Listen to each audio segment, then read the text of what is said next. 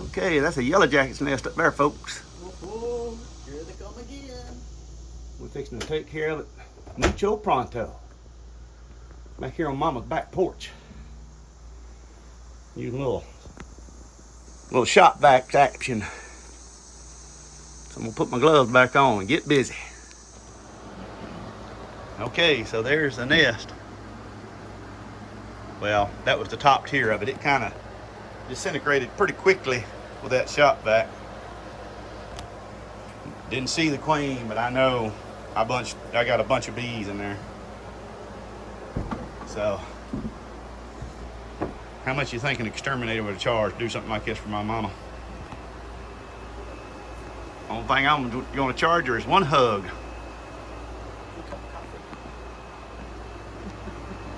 My supervisor from behind the screen. She said, "I'll give you a check." I said, "No, you won't. A hug. That's what I want." All right, so I think I have. Oh, there's a straggler right there. Home ain't there no more. You had an EF5 tornado come through.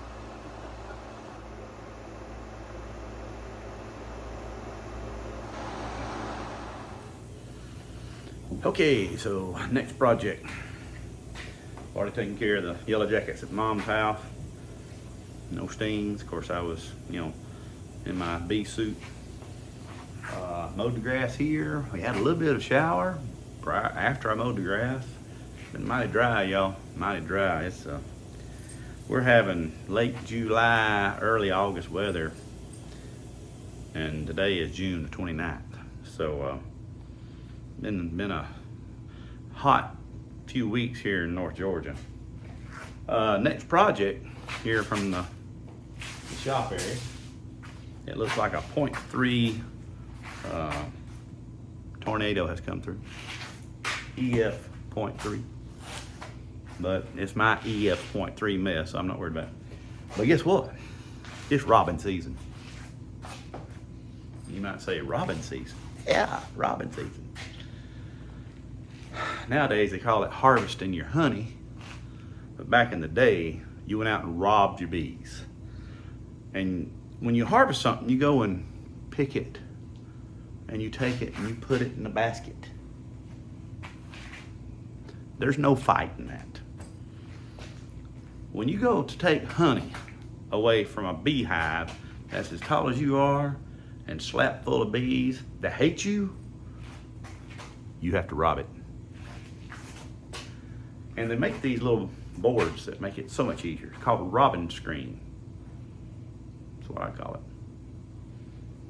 And it looks like this. Now, this is a homemade robin screen. See, hold right there. Do you see my eye? All right. You place this below the frame that you plan on harvesting from. A day and a half prior to the actual robbing of the bee frames. All right, this hole right here in the center, these bees that are up here, they know to go down, and they find this hole, they go at it. Then they have to go through this maze on the back. See, my maze is open here, here, and here, there, and there, and there. Well, bees wander around and they find their way out. But guess what? Very hard for them to find their way back in. So the bees evacuate themselves from the frames that you're ready to harvest from. And so you don't have such a violent experience. Now, grant you, next weekend is the 4th of July weekend. It's probably gonna be about 90, 95. If our weather continues as it has. Like I said, it's been hot. And, this is I love honey, but I hate what you have to go through to get it. So anyway, I've already got one over on my table saw laid out, and I'm gonna make one more, so I'll have 3. I got 3 hives I want to try to harvest from this year, and hopefully we'll have a 100, 150 pound honey. That's what I'm hoping for. May get more, may get less. Just depends. So anyhow, just thought I'd clue y'all in as to what's going on. I'll make some more pictures, some more Flickr shows. That's what John Coffee called it. He wanna go see the Flickr show. I'll make some more Flickr shows of what's going on. Y'all just hold on to what you got. Well, you might say, Jeff, what's the specifications for said robbing screen? A skateboard. It's called an escape board, not a robbing screen. It's an escape board. In my brain. I make it the same size as the inner cover. I had this 3/4 inch wafer chipboard, whatever you call it, plywood. So I just laid it out using a pencil. And I'm gonna use my table saw and cut the drops off here. And that'll be my main board right there. Okay, so now we're getting ready to fire up. This has got to be probably one of the most dangerous tools that I have here on the little homestead. And I mean, don't get me wrong, it's little, not much bigger than that trash can, but it's very dangerous. You know, I run a tractor with a bush hog on it, and I had a third or fourth cousin back a 3 years ago got killed bush hogging. I've got several firearms, and those things can kill. This thing right here can kill you, but it can also cut you bad. That saw blade right there. It don't stop. So if you have a table saw such as this, always practice extreme caution. When sawing, always use a push bar of some sort. Never your fingers. Never your fingers. Never your fingers. Never your fingers. I went to school with a guy, I think he's in 9th grade. He did that very thing in shop class. Boom, boom, boom, just like that. I worked with a woman. She used to watch my channel. I don't know if she still does or not, but she got that index finger and got that thumb pretty bad, but that one took her finger off. She did it at home, not at work. We do have a table saw at work, but yeah, she did it at home, and it was just an accident. I mean, accidents happen so quickly, and once they happen, you can't make them unhappen. So, yeah, I would say this is one of the most dangerous pieces of equipment. And like I said, I got chainsaws and tractor and everything else. This thing right here, very dangerous. Of course, so's a pair of fingernail clippers if you don't know how to operate them properly. It's always practice safety first. Thank you very much.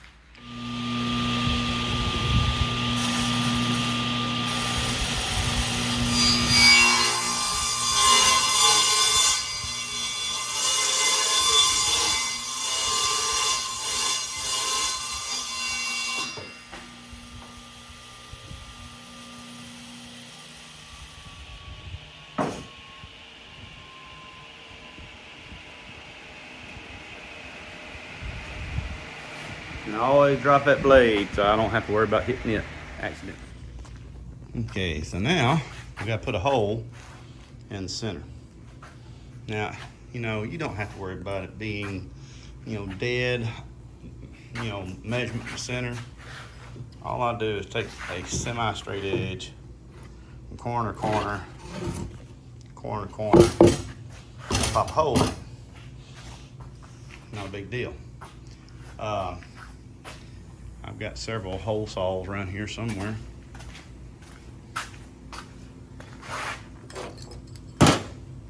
Let's find one I like.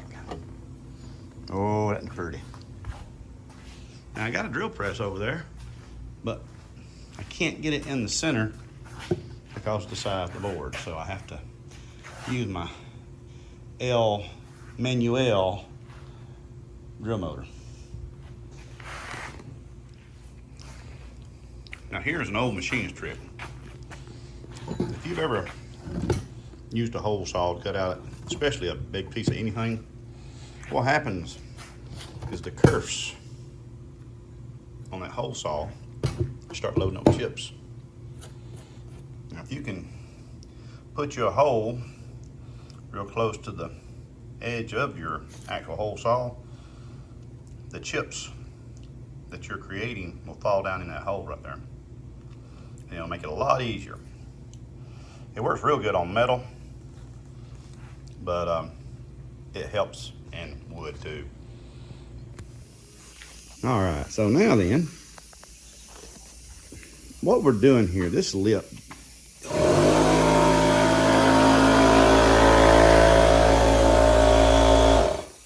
hush. What we're doing here is this lip is the B space. And this is flipped over like so. So this area goes down to the main part of the hive. And somebody years ago figured out that bees need about 3/8 of an inch of bee space for travel and the like, such as that. So this is roughly 3/8 thick. I think it's probably more like 1/2 inch. I don't know. I'd say 7/16. So I'm putting that in there to create exits. Now, the location of this superstructure to this hole is not that critical, but me being the machinist, I like it I like everything kind of symmetrical and stuff like that. So I'm gonna scoop this thing down about an inch, maybe something like that, an inch, yeah. And then I'm gonna tack her down using that there Brad stapler. Got that at Harbor Freight a couple years ago, like $30. And I figured, well, heck, if it don't last 2 or 3 years, it's worth $30. And then I'm stapling it down with them DeWalt 7/8 staples. Onward. And so there it is. It's just a montage of hidden pathways to really confuse the bees. That's the plan. And like I said, it'll get all but just a handful or so out. And what's got to happen. So, yeah, I could have made it a lot neater if I'd have went in there and laid out a bunch of angles and stuff like that, but I ain't got time for that crap. It's Saturday, man. Well, on to our next project. What it will be, I have no idea. Okay, so the extractor is outdoors for the first time in a year. It has residuals from last year's harvest that rained down from the side. Now it's 93 degrees out here. So even though that looks pretty chunky down there right now, it won't. And I'm telling you, I've been out here 2 minutes and I've already got 1-2 honeybees over here checking it out. So very, very shortly it'll be covered up with bees, and they'll be getting the last little bit of last year's extraction out, and then I'll have it cleaned up for next weekend when we drew our harvest. We rob our bees. Okay, so here we are. The bees are cleaning it up. They're all piled up on each other because they're covered in honey. Now down here on the sides, I put sticks in there to try to prevent them from drowning, because they will get in the honey and then drown. And these bees right down here, it's all piled up on each other. They're just covered in honey, and they're kind of self-cleaning each other, I guess. But yeah, I always have bees that die when this time of year comes around, because they get down there and get covered in the honey and drown. But anyway, yeah, tomorrow I'll be washing it out with hot water, and you know, Getting it all said and done.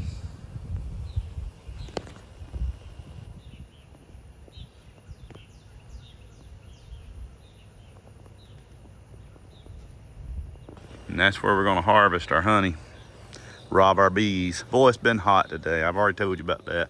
I got one gourd that still has baby martins in it. And I mean, it's time for them to be gone. July 4th, usually all my martins are gone by July 4th. And like I said, there's one gourd they're still feeding. And of course, still got a decent amount of martins around here, but that right there in the center on the lowest rack. I can't zoom in close enough to really see, but the one facing us, it's got at least 2 babies in it still. So anyway, so that's it in a nutshell. We now have a baby deer in our pasture. I don't know how it got in there, but me and Christy saw it running around today. And it's about the size of our little goats. But it was running around trying to figure out how to get back to his mama. I don't know how it got in there. I really don't. Because it's too little to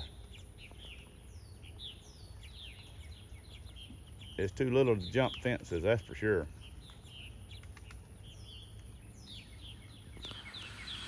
Not had horrible trouble with hawks this year, but I've had trouble with hawks. And so anyhow, I'm gonna have to hang this phone up. I found out I've got cervical stenosis in my neck, they say, but it's making my right arm and hand tingle. I don't understand that. But holding this phone to video, it makes it tingle. So we gotta go for a nerve induction test next. Oh, well, I see the mama deer back there right now. I see her in the shadows. One of them, I think we got 3 around here that got babies. You see her right there in that brace post. All right, so that's enough. Jeff Eubanks, give me a like. I appreciate it. Thank you very much. Bye-bye.